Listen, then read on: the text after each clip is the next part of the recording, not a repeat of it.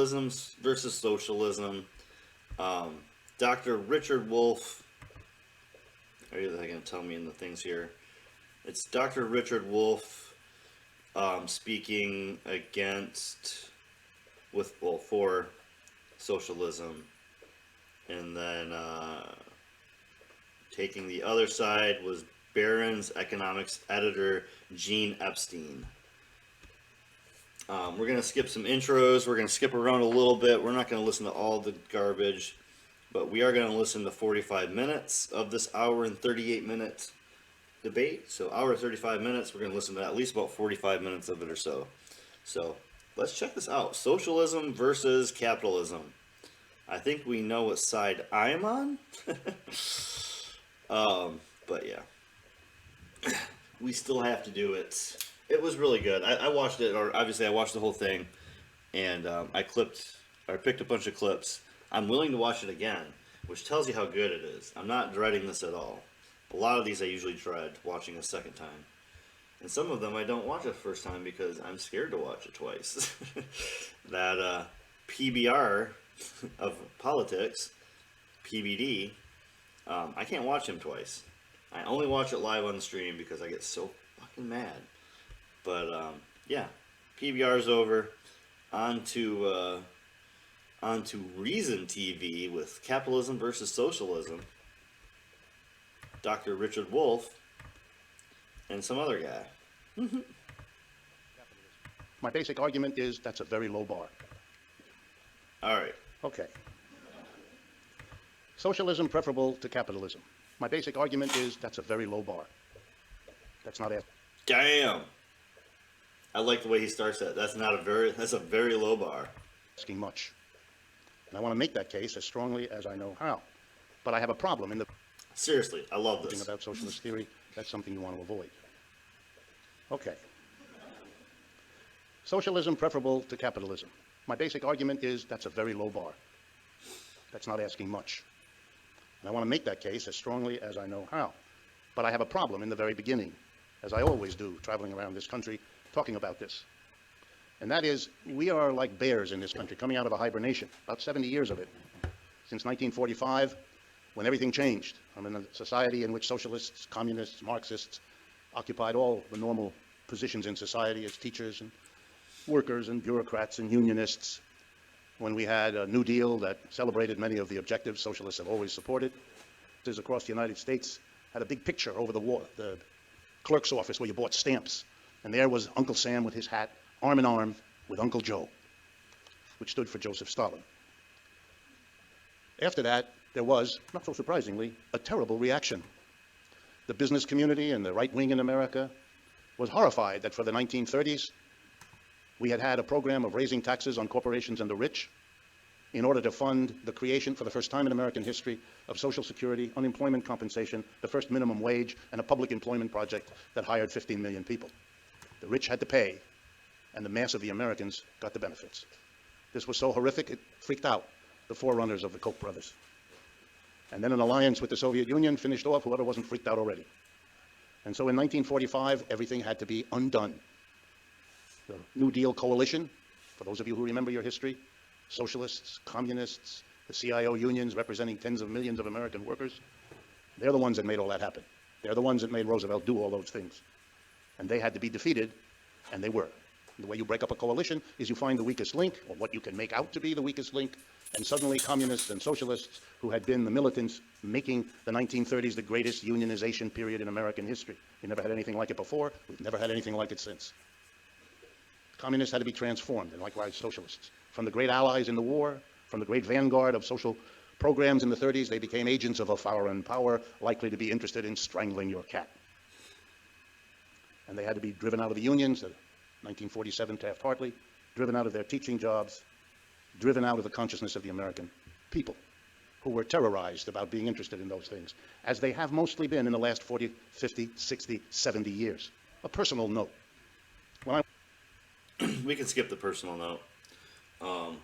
I don't need personal stories every time we watch Dr. Richard Wolffe. If anybody is watching my stream, I am sure most of you have seen Dr. Richard Wolffe several times. We don't need to go into his personal history. like I said, there's a lot of this to watch. We don't have to watch all the little bits. Let's skip ahead. Okay, let's do it. Socialists Let's disagree, do they it. always have, from Let's do it. the beginning. Socialism is a product of capitalism. It always was. There was no socialism before capitalism came into being. Why? Because capitalism in the French and American revolutions made a big fat promise when it asked people to leave the feudalism that existed before and shift over to capitalism. It made the promise, as in the French Revolution, that capitalism would bring with it liberty, equality, fraternity, and let's add democracy and prosperity. Socialism, the movement that recognizes that what capitalism promised, liberty, equality, fraternity, and democracy, wasn't delivered and never was. And the socialism is a movement which, if it has anything in common among its different tendencies, is a notion that we can do better than capitalism. Yes, that's what we're. Hey, I'm more the all the way to like communism or anarchy or something else. But yes, socialism is a statement saying that we can do better than communism. I agree with that all the way. Even though I think we need to go further, I think we need to go all the way to like anarchy or communism or just something. But for the fuck's sakes, if we could at least move to socialism, I think we'd be taking a step somewhere. It's a yearning to do better. It's the kind of yearning slaves had to go beyond slavery, or serfs to go beyond feudalism. Employees and the people who empathize with them figure we can go better and do better than capitalism. That's what socialism is. Beyond that, socialists agree about three flaws, failures of capitalism. And again, briefly, to go through them. But there are three. Capitalism is unstable. Capitalism is unequal. And capitalism is fundamentally undemocratic. Let me briefly explain. Oh, that's solid. Unstable. Every 47 years in every capitalist country, on average, there's an economic downturn. Not due to nature and not due to war, just built into the system. It's called the business cycle because it always comes back. Millions of people lose work. Businesses go out of business. A crazy crash. You know what it's like. If you pick up the financial press, you'll know we're waiting for the next one to hit this year or next. Mr. Trump's biggest worry about being reelected is that it'll happen too soon. And so this is something I've always found super interesting is that in the like back in the day before we were so civilized, they used to cancel debt. Like every 30, 50 years or so, you just cancel debt. Try to, get the books back to even if you had to cancel some debt because that kept things going and progressing. Is canceling debt once in a while. It actually helps the economy. And that's something that we used to do as a standard tradition up until, like, I don't know, the late 1800s, early 1900s when we stopped doing that. Just forever and forever and ever. And now we have these massive debts. It's weird that we used to cancel debt, and now we have these, like, massive lingering debts. I don't know. It's just, He worries, as we all do. nah. It's an unstable system. That's crazy to live in an unstable system. If you lived with a roommate as unstable as capitalism, you would have moved out long ago. If you lived with a roommate as unstable as capitalism, you would have moved out long ago. That's great. What an amazing thing to accept a system that every 4 to 7 years threatens millions of people with unemployment, lost income, interrupted vacation, interrupted education, lost mortgage, you name it. Then let's do the next one, inequality. Oxfam in England keeps track of these things. And the latest number from them summarizes it all. The 80 or 90 richest people in the United States together, in the world, have more wealth than the bottom half of the population, 3.5 billion people. That's the achievement of capitalism, that kind of distribution. If you took away half the wealth of those 80 to 100 people, guess what? They'd still be the richest people in the world, only you'd now have a vast amount of money to deal with the sickness, the lack of education, the absence of water, the insufficiency of food of the vast majority of people. What an achievement, such inequality. And now finally, the lack of democracy. The part of it you probably know and thought about is the buying of our political process. On display every day, everywhere, you all see it, you all know it. But here's a part of the lack of democracy you might not have thought about. Long ago, we got rid of kings, queens. We decided we didn't need somebody sitting at the top of society telling us all what to do so that we would all be, let's call it subjects. That's what they called us. So we got rid of the kings and queens and we said, no, we can. I'm a good worker bee. I'm a good worker bee. I work. Everything is wonderful. Everything is happy when you're about to. Can run this in a different way. There's a political system. We can all get together, we can periodically vote and take steps and collectively make the decisions that used to be in the hands of the kings and the queens. How interesting. We democratized, at least a little, the politics. And what we didn't do was to democratize the economics. So what do we have inside each enterprise? A little king, an owner, a manager, a board of directors, a king and his court, who run everything, who make all the key decisions, what to produce, how to produce, where to produce, and what to do with the profits everybody in the enterprise helps to produce. If it's too difficult for you to hear me out, then it's a sign that I'm getting... All right, I don't hear. I still don't know what this guy says. I've watched this a couple times. I gotta slow this down. I'm sorry. I have to know what he says. Like, let's slow this down. Inside each enterprise, a little king, an owner, a manager, a board of directors, a king and his court, who run everything, who make all the key decisions, what to produce, how to produce, where to produce, and what to do with the profits everybody in the enterprise helps to produce. If it's too difficult for you to hear me out, then it's a sign that I'm getting to you. Thanks. We're good. Please keep going. Please hear out Professor Wolffe. Please respect Professor Wolffe. We don't have democracy in our workplaces. We never did. The commitment to democracy is... This is at the SOHO forum from 3 years ago. And let's just admit, the SOHO forum is definitely the kind of place that you think, you know, definitely going to be equal amount of like socialists and capitalists in the audience. Definitely going to be equal amount of like poor people and rich people, right? The SOHO forum. Because I feel like it's probably a bunch of rich assholes. Is my feeling. The audience is probably a bunch of elitist dickheads. That's my own personal bias, because I'm poor and I'm pro-socialism, communism. Maybe that's my own bias. Verbal in this society, limited to that voting activity where we live, but not where we work. And as adults, that's where we spend most of our time, going to work, being at work, and recuperating from work. Yep. We have turned into good little worker bees, and the rich try to tell us that, it's money doesn't buy happiness. Trust me, they're going around, they're so bored they're out drinking every day. As a bartender, I deal with the rich people all the time. They're like, what, you don't go out to eat every night? I'm like, I'm working every night. Don't you see me here? I'm here at a restaurant. No, I don't go out to eat every night. They have no concept. They have no concept outside of their own little happy bubble. In the workplace, no democracy at all. We do what we're told. What we produce belongs to somebody else, and we have no say over what they do with it, how this is organized, what the technology is. And socialists, therefore, have said, my God, we can do better than capitalism, and that's what they want. We want something better. How dare us want something better? How dare us want to progress? Which is why I keep my name Stony Progressive, because yes, I think that we can progress still. And that's why I keep it. Even though I'm more of a Marxist, I'm more of a communist, I want to move further than socialism, I still feel like the progressive is fine, because we need to be progressive. We need to move forward. We need to get better. And that's what they agree on, but here's where the disagreements. How do you go about it? What do you do? And we have a benefit, socialists do today. We have some experiments that were made in the 20th century. Russia, China, Cuba, and so on. And we learned from those experiments what works and what doesn't, what should be pursued and what should be set aside.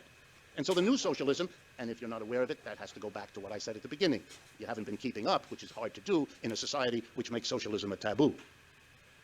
What has happened to socialism is a refocusing of itself. It's not interested so much in the state doing things that achieved rapid rates of economic growth, true enough, but it also left too much power in the hands of too few people, and that has to be addressed and dealt with, which socialists have been doing. And the new focus of socialism is to do something at the workplace that was never done, to go beyond capitalism in the organization of the workplace, to democratize the workplace, to make where we spend most of our adult lives at work a place where democracy reigns, where all the people who work in an enterprise participate in making the decisions of what to produce, how to produce, where to produce, and what to do with the profits. Because if they all together made those decisions, we wouldn't give some people $150 billion and other people have to borrow money to get their kid through college. We wouldn't have the inequality. We certainly wouldn't allow the irrationality of every 4 to 7 year instability. Everybody together would choose a technology that isn't dangerous to the health of all of us at the workplace. We could go beyond capitalism, but we have to have the courage to do what was not yet done, not in Roosevelt's New Deal and not in Russia or China either. The transformation at the base of society into a democratized workplace. That's the new direction of socialism. That's where socialism will be in the 21st century that we are now entering. Unionization of the workplace, socialization of workers' rights, workers' benefits.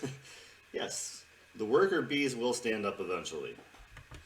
It's a new and a different socialism. It has learned from its own earlier experiences and experiments. Two little footnotes. Capitalism did not emerge out of feudalism all finished in one swell swoop, did it? If you know the history, you'll know that capitalism started in this town, in that village, in that area. Often it didn't last more than a few weeks or a few months, sometimes a few years, and then it was crushed by feudalism, and they had to figure out how to survive, and they had to get together. It took centuries. Socialism isn't born all at once either. It makes its early experiments. It had one in the Paris Commune in 1870, and then it had some other experiments in the 20th century that I've mentioned. And just like with capitalism, you learn from your experiments how to make it better next time, how to correct the mistakes you made in the project that has animated socialists from the beginning. We can do better than capitalism, and there is no reason that the human progress that took us beyond ancient villages and tribes and slavery and feudalism should imagine itself to have stopped at this point. Every other system was born, evolved, and died. Capitalism, we know, was born and evolved. I'll leave it to your inference as to what it is doing now.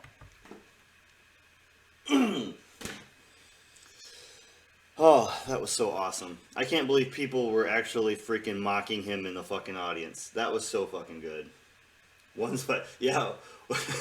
I heard Foop, and I'm like, he didn't, and then the actual transcript was Foop. I'm like, no, they actually transcripted Foop. Thank you. All right, that was awesome. That was awesome. That was awesome. All right, let's move ahead. Paid their dues on time. Richard paid his dues by getting an economics PhD at Yale, followed by a career advocating socialism. I paid my dues by evolving into a different kind of radical, a bleeding heart, freedom-loving advocate of capitalism. I believe that even the deeply flawed capitalism we have now, heavily distorted by government interference on behalf of the powerful, is preferable by far to Richard's socialism in promoting freedom, prosperity, and equality. He thinks the current system we have now would be better than having workers have control of their means of production and control of, like, a democracy at the workplace. Please explain, douchebag. Richard bears a very heavy burden of proof because his socialism has never existed. He repudiates my mother's Soviet Union, my mother's favorite Cuba. He has indeed called these systems state capitalist. I'm glad he's learned from their mistakes, since their mistakes has in fact, of course, cost the blood of tens of millions of innocent people. Ooh, capitalism. How many millions have we got on our hands right now? I'm not saying U.S. I'm saying capitalism on the face of this planet. How many hundreds of millions of lives has it have on its hands? The blood of it on its hands. Capitalism. Huh? Hundreds of millions? I'm going to go with hundreds, not tens. He wants the economy, as he explains in his book, Democracy at Work, A Cure for Capitalism. He wants the economy reorganized around workers. Oh, by the way, this is supposed to be Dr. Richard Wolffe gets 17 opening minutes and this guy gets 17 opening minutes. Instead, it becomes Dr. Richard Wolffe gets 17 opening minutes explaining socialism to a bunch of rich assholes, and this guy comes in and gets 17 minutes of rebute, and then they do a 5-minute rebute. So really, it's I'm going to explain socialism. I'm going to attack Dr. Richard Wolffe, and then let's go back and forth. That's what really happens. Self-directed enterprises in which employees own and democratically run companies and keep the broadly defined profits or surplus that normally go to the employers. I fully support what Richard calls employees becoming their own employers, so long as people freely choose that arrangement. As long as people freely choose to arrange that. I can't even, I want to do 10 minutes of this. This is going to take me freaking 6 days to talk about.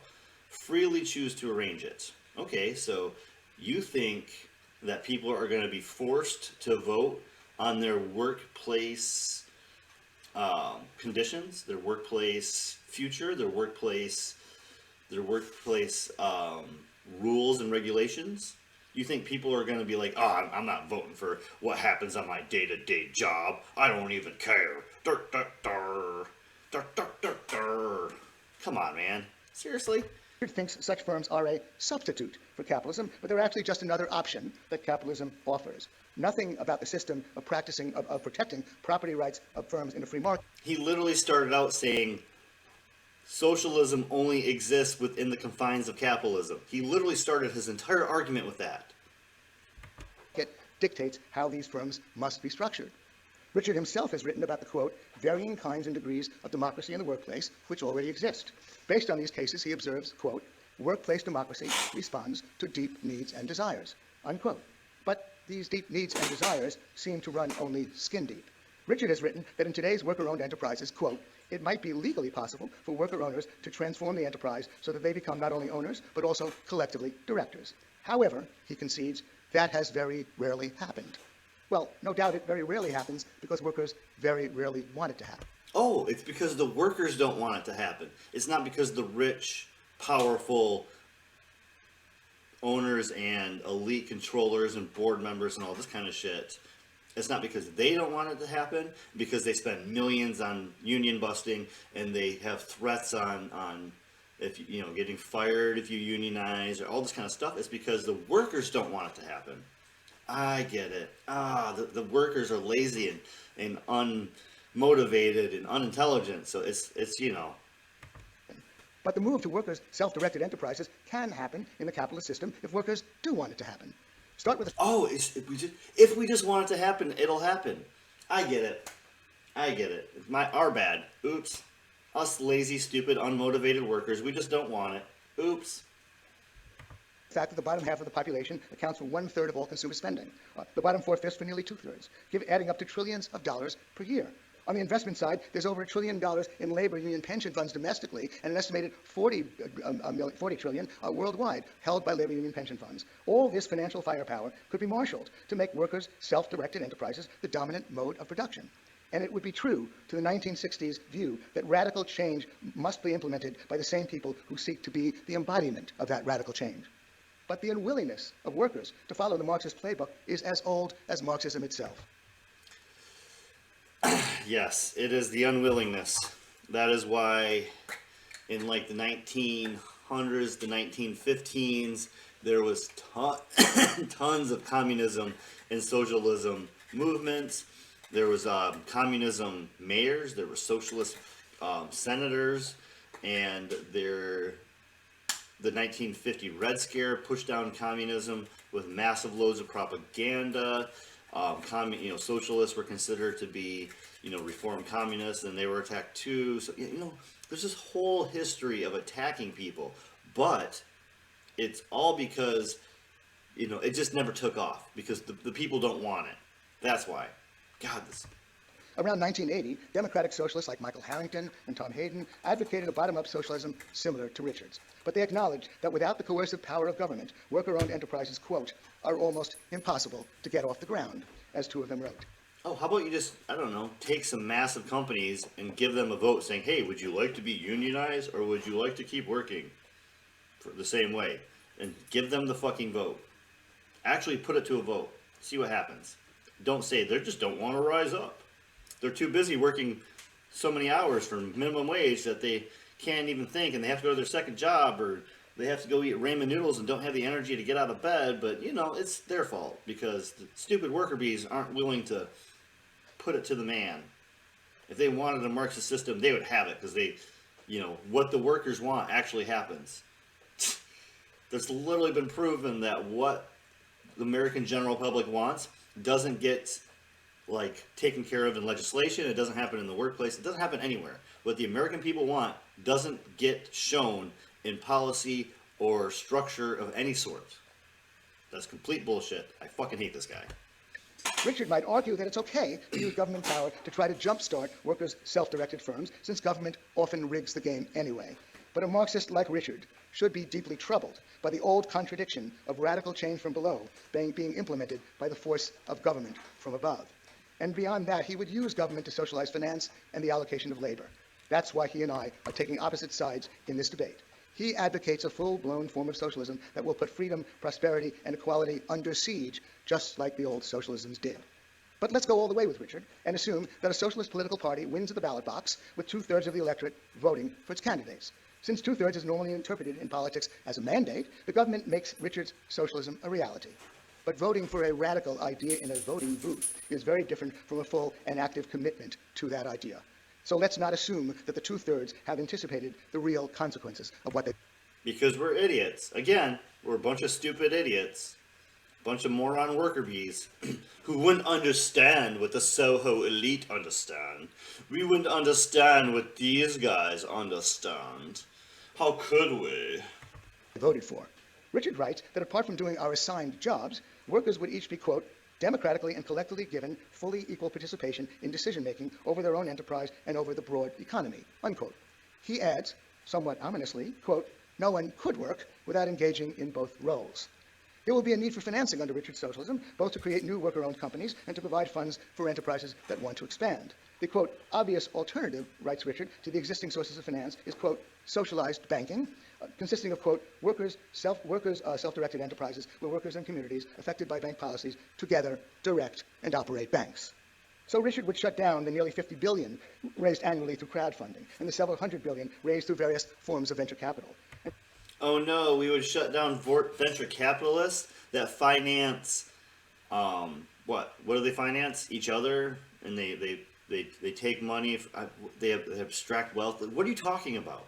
Oh no, they would take all these people's jobs, these rich elite people's jobs. Is that what we're really placating to the audience here? Like, Jesus. Finance is not the only function he would relegate to the power of politics. He also proposes a, quote, specialized agency that would, quote, always know from constant monitoring which existing enterprises need more laborers, which have registered the wish to commence new production, all the relevant skill and experience requirements, and where affected laborers and enterprises are located, unquote. He adds that the agency's reports would be submitted to all workers to aid them in making their decisions. Notice that he's talking about knowledge of the relevant skill and experience of 160 million workers in the U.S. across hundreds of thousands of firms. That's information the specialized agency will, quote, always know from constant monitoring. From my work experience, I can tell Richard that those constant monitors who keep coming around will be the butt of jokes, and the information they come away with will be superficial when it isn't totally misleading. So in Richard's world, we'll be required to do our... Oh, because the information's going to be misleading, we shouldn't try. A very valid argument. That's a very SOHO forum style argument. Well, the information isn't even worth it, so why should we even try? God, I hate this guy. Assign jobs, attend meetings about company matters, and vote on the outcomes. We'll also have to pore over the reports of the labor allocation financial agencies and then discuss their recommendations with many others and vote on those outcomes. I submit that only in a dystopian nightmare could most of us imagine ourselves spending our waking hours in this way, especially since the vote of any one of us, can hardly determine the outcome. Oh, and voting barely matters anyway. Like, one vote doesn't even matter. Oh, that's such a horrible way to finish things. One vote doesn't even matter. What a great way to say it. Anyway, Richard approvingly uses the 1960s term participatory democracy, in which we each get to participate actively in democratic decision-making. In a 1970 book called After the Revolution, sociologist Robert Dahl explained the arithmetical unworkability of this idea. If each attendee at a meeting were given just 10 minutes to address the issue being voted on, it would take 10 hours to move on to the next issue, provided there were only 60 people at the meeting. But let's take this leap and assume the participatory democracy would be functional. Many firms seeking to expand their operations will have to borrow funds from the democratically run financial agencies while also applying to the democratically run labor allocation agency for more workers. And these democratically run agencies will be ruled by the vote of the majority. But to pick up on an objection raised by Atlantic Magazine journalist Connor Friedersdorf, we might ask, how easy will it be to get the democratically run finance and labor allocation agencies to support the expansion plans of firms that produce Muslim prayer rugs and Korans and the building of new mosques? Friedersdorf goes on to ask, would you prefer a socialist society in which birth control is available if and only if a majority of workers exercising their democratic control assents? Or would you prefer a society in which private businesses can produce birth control in part because individuals possess economic rights as producers and consumers, the preferences of a majority of people around them be damned? I don't even know what he's saying. What the fuck are you even talking about? What are you even... Like, if the people, like... Do you want to live in a world where people, like, I don't want to make this product, and they stop making it? Can you imagine? This would be awful if the workers said, you know what, we don't want to make this product. And he uses birth control. Are you scared that people would stop making guns, or because gun producers definitely like guns? Are you scared? What are you scared people are going to stop making? What the fuck are you talking about? Unquote. What are you even saying? Friedersdorf's question applies to the related issue of freedom of speech and press. Would you prefer a socialist society in which dissenting journalism is available, if and only if a majority of workers exercising their democratic control agrees? Or would you prefer a society? Oh, so what are you even saying? If the journalists only agree to what what are you saying? You think journalists go after information they disagree with? Like, oh, I hate this information, but I'm going to report on it anyway. What are you talking about? Oh, because socialism will produce anti-journalist news organizations? Because right now we have really good news. Is that what you're saying? Our news is impeccable at the moment? It's awful. Independent journalism is the only place you can find anything at all. And that is, like, independent journalists are solo independent human beings that are going out there and trying to find the truth. They are still our best source of information. So what the fuck are you talking about? In which private enterprises can produce dissenting journalism, the preferences of a majority of people around them be damned? That's happening right now. People are spending massive amounts of money producing news just to contradict news out there, like Epoch Times and, I mean, the Washington Post.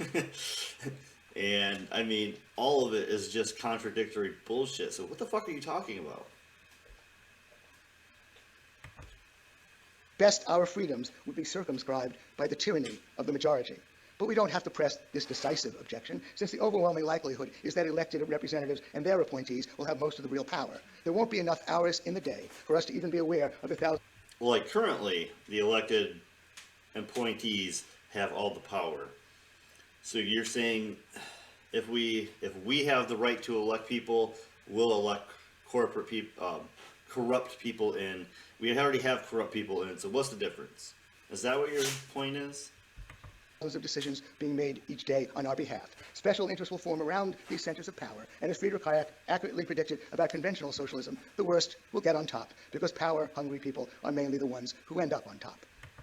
Just like everything right now, like every single system we have right now is set up that way. So let's not change anything, because if we change anything, then the power, corrupt, hungry people will be on top again, and they'll get back up there. What are you saying? Our most beloved living ex-president, Barack Obama, was called by New York Times journalist Nope. James Risen, quote, the greatest enemy of press freedom in a generation, unquote. As left-wing journalist Glenn Greenwald has pointed out, Obama used the archaic 1917 Espionage Act to prosecute more journalists, including James Risen, than all previous presidents combined. So freedom of speech and press is a fragile thing, constantly being assaulted on all sides, and especially by government. If you magnify the reach and power of government under Richard's plan, politicians in power can stifle dissent by stealthily denying funds and labor to enterprises that put out information that government doesn't want public. Oh, so socialism means that the government will have control of our media instead of corporations having control of our media. And then instead of mega billionaires controlling our data, politicians will control our data. That's what you're saying. Politicians who are owned by the same corporate people. That's what you're saying? Is that what you're going for? All right, let's move ahead. This guy's an idiot.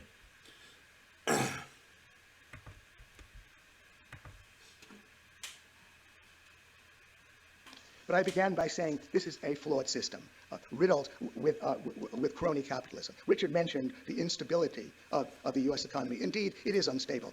I read Richard's analysis, and as far as I can understand, he believes that the Great Recession was triggered by the fact that the consumer was tapped out. The consumers could no longer afford what they were buying. Well, if he looks at the data, he'll find that just before the Great Recession happened, consumer spending continued to rise. That was in the fourth quarter of 2007. What he ignores was the crony capitalist policy of government through the Federal Reserve.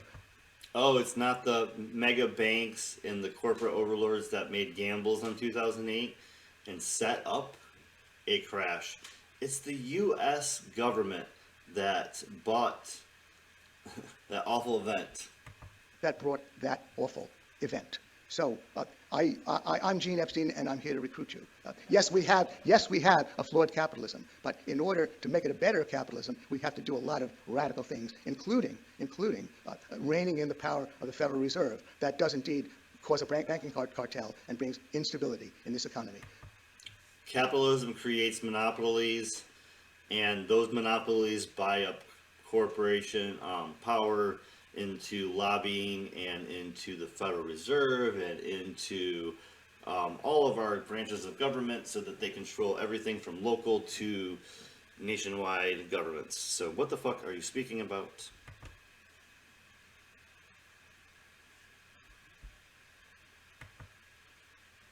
Cause a banking cartel and brings instability in this economy. Maybe we can talk more about those things later on. Thank you very much. All right.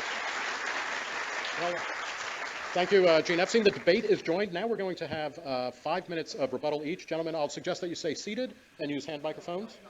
You want to go to the podium? Okay, we cannot keep these guys down. Yeah. Makes me realize that a book that you write is a little bit like a child that you have.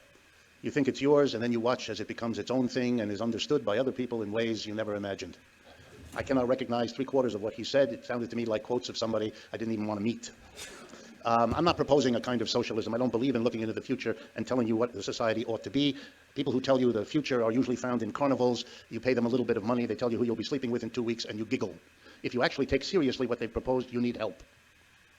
I'm not proposing what a socialism would look like, number one.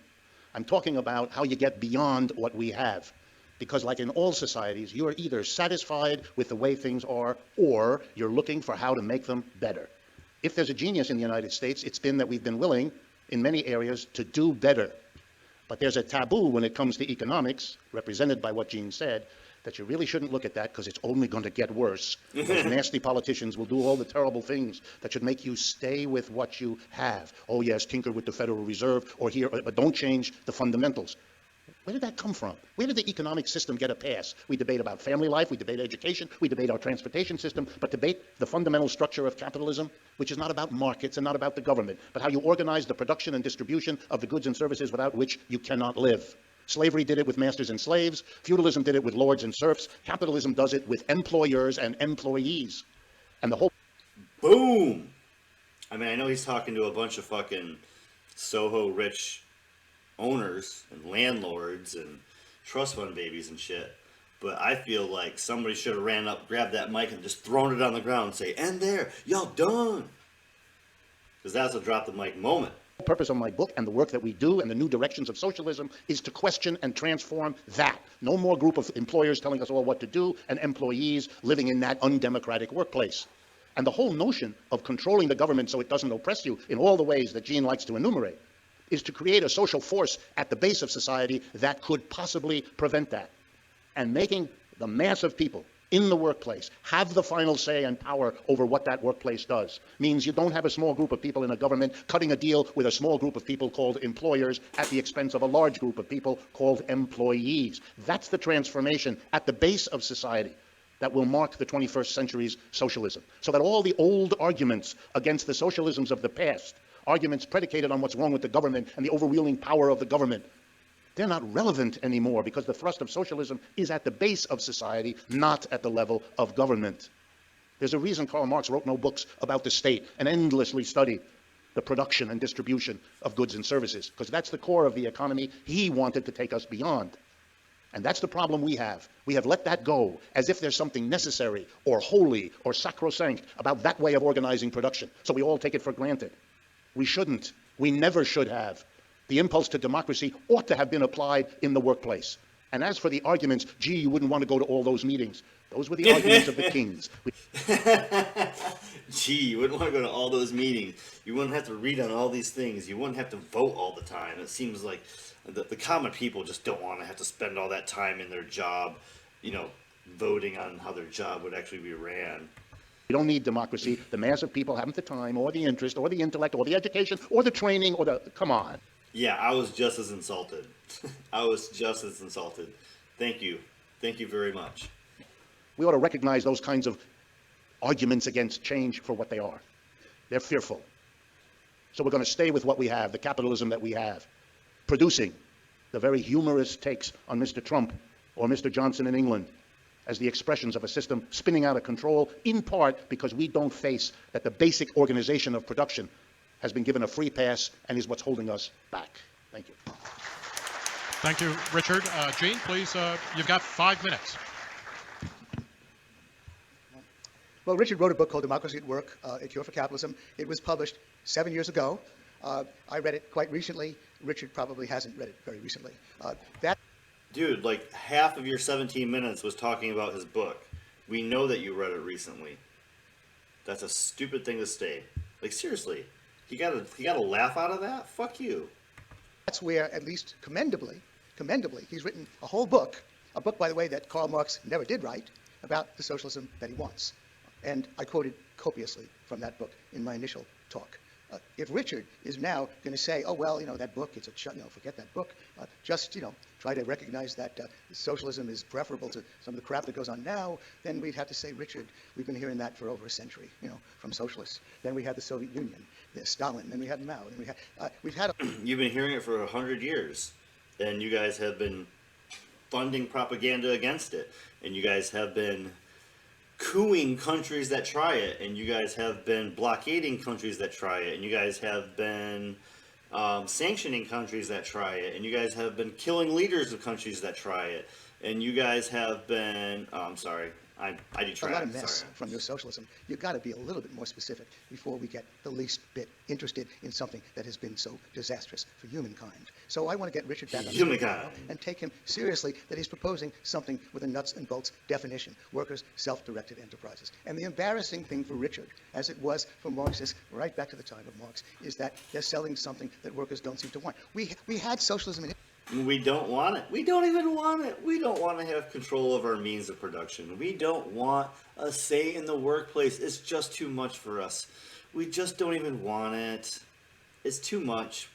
We don't like to think. We just want to go into work, make minimum wage, and have no benefits and no protections. That's what we want. Israel. We had 5% of the country really was socialist. I trust that Richard would agree that the kibbutzim of Israel, where 5% of them lived, really were socialists in a true sense, the bottom-up sense. And that's what I'm proposing. Now, of course, what also happened to Israel, as Richard probably knows, as you probably know, is that those kibbutzim just fell apart. They don't exist anymore. People lose interest in it. But again, what we are saying... People lose interest in it. People lose interest in, keeping their job running the way they want it to run and having representation in the workplace. People lose interest. They don't even want it. It's not even really a thing. Libertarians are saying, go for it. Workers, self-directed enterprises. You do have co-ops. Richard in another mood said, hey, look, you've got co-ops. It speaks to needs and desires, and indeed, maybe it does. Then go for it. But then let's build it from the ground up, just like I'm proposing. And then we have a system of capitalism. Do I want to keep the flawed system of capitalism, the system that fights, the political system that protects the powerful? No. Capitalism is a system of profit and loss. Profits encourage risk-taking. Losses encourage prudence. That's the system. Now, we abrogate that for the crony capitalist system. That's what brought about the housing bubble that caused the Great Recession. I'm quoting Noam Chomsky, a guy I also like, by the way, even though he's a socialist. To a too great extent, we privatize profits and we socialize losses. That's what the Federal Reserve does. That's what it's all about. Do I want to sit back and like the system? By God, no. We have a crony capitalist system, by the way, that shafts people of limited means, most of all, that defends the rich and powerful, and there have been victories against it. We used to have an airline cartel protected by the Civil Aeronautics Board. We used to have... What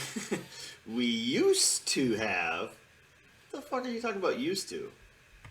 Then somebody noticed that where the CAB didn't dominate, a flight between L.A. and San Francisco within the same state cost half what it cost to fly from Washington to Boston, or Washington, D.C. rather, to Boston, same distance, twice as expensive because of government. So then they abolished the CAB, and there was competition in the airlines. And that was a huge victory for middle-income people. So victories can be won.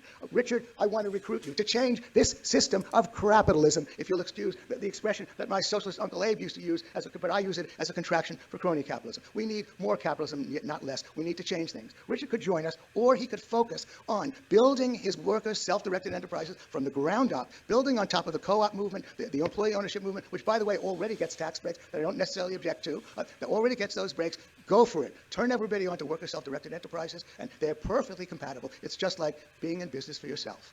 That's all it is. It's a great idea. It hasn't really caught on, but maybe it has potential. I welcome it. Thanks very much.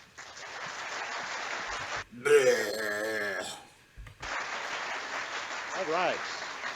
Thank you, Gene Epstein and Richard Wolffe. We're now ready to do the audience Q&A. We have a couple of microphones set up. Please walk up to them. I am going to be, I realize that each of you probably on some level view the other as a Nazi. I am going to be, which is wrong on both counts, but I'm going to be a Nazi. I'm going to ask you to state a question. We don't want to hear a lot of speeches. We want to hear questions. Direct them to either or both people, debaters. So let's go, and we're going to start right now. Go. First question. Hello, my name is Nicholas Jacobi. I'm from Germany, native German, and it took me 35 years and winning the green card lottery before learning what libertarianism is. I studied social science in Germany, taught it. Thank you. What's the and I would question? like to know from Mr. Wolffe why he thinks that it was not possible for me to learn about libertarianism and tyranny of the majority, even though I studied social science and taught it for 7 years at high school. Yeah, I'm now 38 years old, and it took me moving here. But you learned it obviously before you learned about Marxism before you even left high school, because if you know about the term when you start studying, I would say it was much easier for you to find out about the other side than me, that studied social science and taught it. Okay, thank you. Richard, please use a microphone. Wow, you got offended, huh, bub? You got super offended on one little thing he said. Hold one up. And I guess it should be on. Could you? Can you hear me? Yes. Okay. Okay, so the question was basically, was he was that question? calling BS on the idea that you couldn't learn about Marxism. And the question was that I really could, or that you want to know why I couldn't? Okay, so He took a he's long time, actually and you saying- took a very short time. He's Why is saying that? libertarianism is harder to learn about than Marxism. In today's I society. never indicated the number of years it took me to learn Marxism. Okay, Richard, can I? I am sorry it took you a long time, if that helps. Do you feel like there is not a free flow of information in contemporary America? Yeah, so if you want to ask a question on one of these panels, maybe you should ask it in a way instead of being like, I am personally offended that you think it's harder to learn about Marxism than libertarianism. It took me 35 years to learn about libertarian, and just okay. So shouldn't the question be, isn't it easier to learn about socialism than it is libertarianism? Wouldn't you agree? Or something like that? Learn how to fucking phrase your question, you shaky teacher. He's a teacher and he didn't know to come up there with an actual stated question. You're a teacher and you didn't know to come up there with like a well-defined question for him to answer. Your class must be really well run. Super well run. I mean, it blows my mind that you could even say that. Okay. All right, thanks. Okay. Let me explain. Economics departments, which is what I know around the United States, is where you might learn Marxian economics. You have to go. First of all, the vast majority of economics departments in the United States have no person in them who knows of or teaches a course in Marxian economics. Number one, they don't have them at all. Number two, the vast majority subscribe to a basic kind of mainstream economics that's called neoclassical economics, which is the dominant tradition. There is a small dissenting group that are called Keynesian economics because of something that happened in the Great Depression and the new development of a critical perspective that has nothing to do with socialism. There's tremendous fights between the neoclassicals, who are the majority, and the Keynesians, who are minority. One of the very few things the two groups can get together on is excluding Marxists. That's the way the American economic system works. And since it's the economics departments of our universities that train the politicians who deal with economics, the journalists who do economics, and the people in the top reaches of business, you have a solid kind of mask, if you like, of uniformity in which the kinds of things that a Marxist economist talks about are bizarre for them, not because of their complexity or their newness, but because they have no experience whatsoever in dealing with these things. And that has been true for the entirety of my experience in the American academic environment, where I've been a professor all my life. It is a systematic exclusion of the kinds of ideas that I represent that makes students to this day not encounter it, or, if they have a lot of fortitude, to have little study groups on the side at their own expense to learn this kind of material, because this country remains afraid of dealing with that kind of thinking and that kind of tradition, even though the literature for it is massive. Okay, thank you, Richard. And wait, Gene, I'm sorry, hold on. Richard, can I ask, does it complicate that scenario at all that we have at least one major candidate for president, Bernie Sanders, who identifies as socialist and has a large turnout? I mean, the idea that socialism is somehow suppressed seems like a reach, to be quite honest. Bernie Sanders is the first candidate in 70.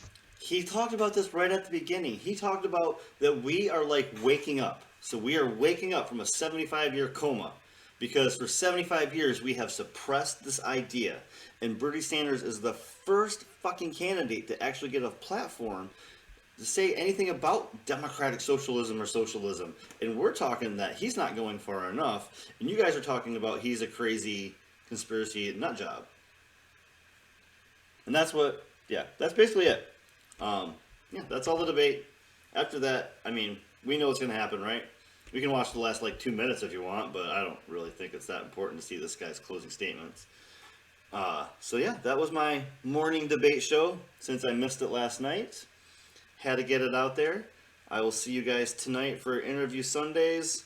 I got some good interviews for you, of course. And, yeah, let's, stay awake, stay alert, keep your head out of the fucking sand, and